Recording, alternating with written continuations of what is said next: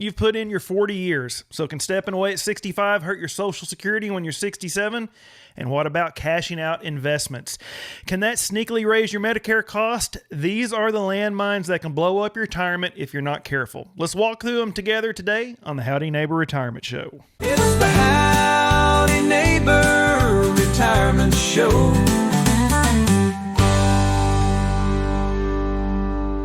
Howdy neighbor, I'm Michael Andrews with Andrews Insurance and Advisory, and you're listening to the Howdy Neighbor Retirement Show, where we tackle real-life questions about retirement, Medicare, and Social Security every week.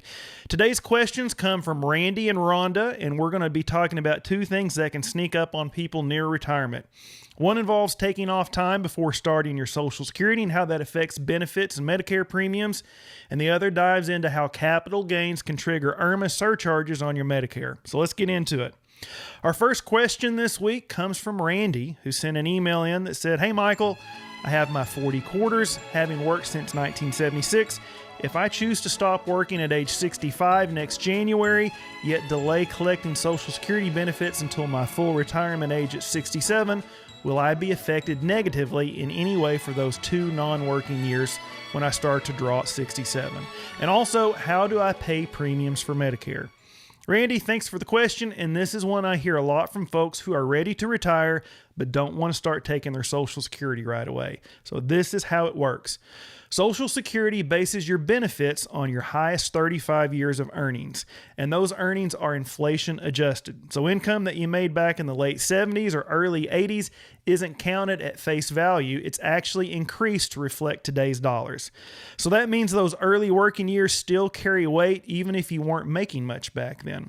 So if you already have at least 35 years of earnings, and since you've been working since 1976, I'm confident that you do, taking those 2 years off before filing will not hurt your benefit at all. They'll just drop out of the calculation.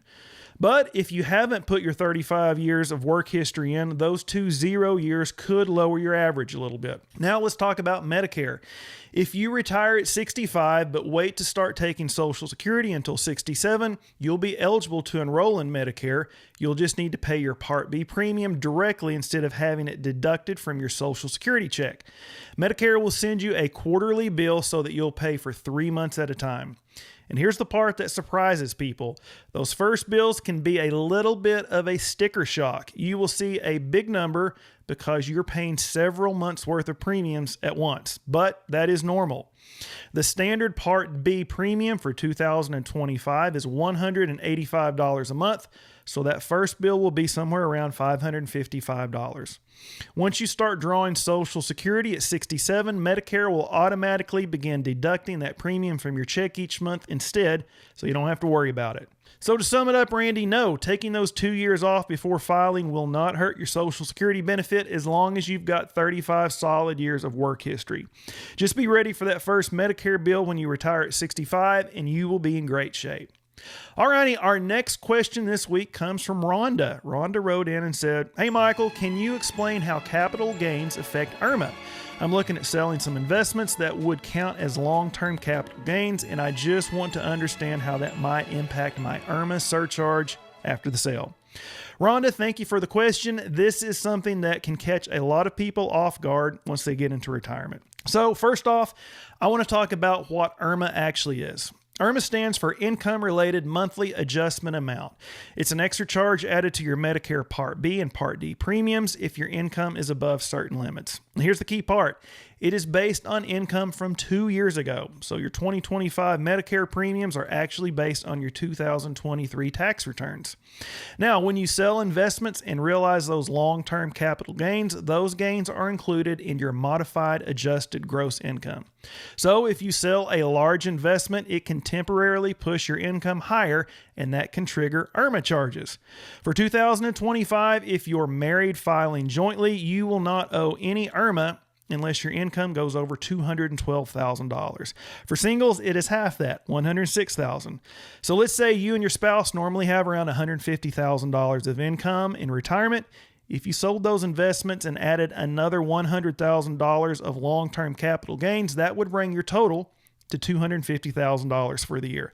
And that could bump both of you up into a higher IRMAA bracket. So that could mean your Part B premiums could jump from the standard $185 a month to somewhere around $259 to all the way up $628 per person, depending on how far above that $212,000 threshold you ended up. The good news, though, is that IRMAA isn't permanent. Once your income drops back down, your Medicare premiums go back to normal the following year. So it's just a one-time sale. It's really just a 1 or 2 year inconvenience. Now, there is something called a Medicare Income-Related Adjustment Request Form.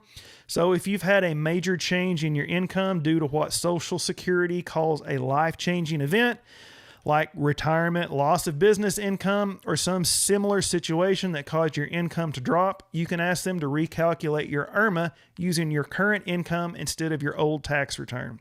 That doesn't typically apply to one-time investment sales, but if your income truly changed due to a major event, then it's absolutely something that you should look into.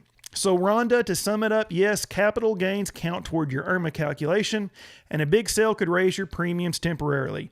But the increase won't last forever, and in some cases you can appeal it if you've had a legitimate life-changing drop in your income. So today we covered 2 great listener questions that hit right at the heart of retirement planning. Randy asked whether taking a couple years off before Social Security would hurt his benefit, and we talked about how Social Security uses your highest 35 years of inflation-adjusted earnings. So if you already have a full work history, those 2 years won't make a difference.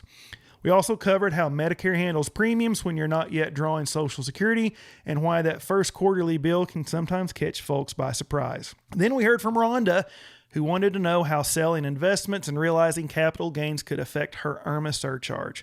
We explained how those gains count toward your modified adjusted gross income, what the 2025 income thresholds look like, and how a temporary income spike can lead to higher Medicare premiums for a year or two. So if you've got a question you'd like me to tackle on the show, shoot me an email to michael@andrewsadv.com. I read every one of them, and I might just answer one of yours on a future episode. And here's another question for you. Are you confident in your retirement? It doesn't cost anything for me to take a look, but not letting me? Man, it could cost you thousands.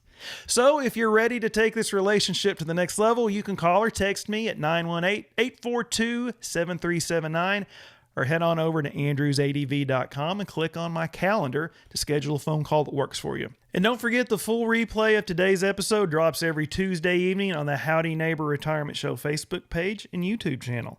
Give it a like, leave a comment, and share it with a friend who could use some good, friendly, neighborly retirement advice. Thanks again for listening, and we will see you all next week right here on the Howdy Neighbor Retirement Show. Thanks.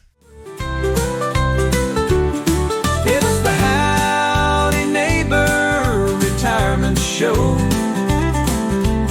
helping you plan so your money will grow. No need to worry, we'll make it clear. Medicare and retirement right here.